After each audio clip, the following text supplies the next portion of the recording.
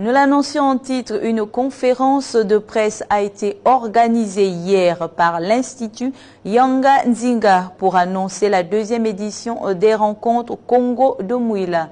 L'événement aura lieu du 8 au 10 août au Gabon, sous le thème de la mémoire à l'action, reprendre possession de la puissance symbolique et politique de l'univers Congo. L'objectif principal est celui de rassembler la mémoire du peuple Congo, aussi bien au sein de l'Afrique que dans la diaspora. Roxane Ansam et Jeff Mayanya pour le compte rendu. L'instar de l'Institut français pour la culture française, l'Institut Yanga Nzinga se positionne comme un centre culturel international dédié au peuple Congo, agissant comme un foyer de mémoire, de transmission et de souveraineté culturelle. Ces rencontres sont perçues non seulement comme un moment de communion et de réflexion, mais surtout comme une opportunité de se projeter vers l'avenir. Dans moins de 2 semaines, nous allons devoir tenir nos deuxièmes rencontres, à savoir un colloque qui va regrouper la diaspora, les peuples de l'espace Congo. Il y aura des conférences, des expositions, il y aura la culture dans tout son sens avec des expositions culturelles, de l'art.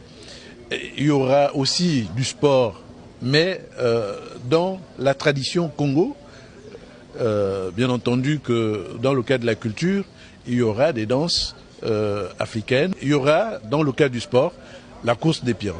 Le message central de ces rencontres est de redonner au peuple Congo la pleine possession de son héritage culturel et politique en se réappropriant les symboles, les mots et les savoirs Congo pour ne plus attendre que d'autres définissent leur identité. Ils souhaitent par cet événement devenir les auteurs de leur récit et les bâtisseurs de leur avenir. Le concept du Congo, c'est de tenter de refaire un pas en arrière pour comprendre pourquoi cette coupure, qui est en réalité une coupure épistémologique, ne nous permet pas de nous élever à hauteur du monde dans les conditions construites par l'Occident pour nous utiliser comme une matière première à construire son bonheur.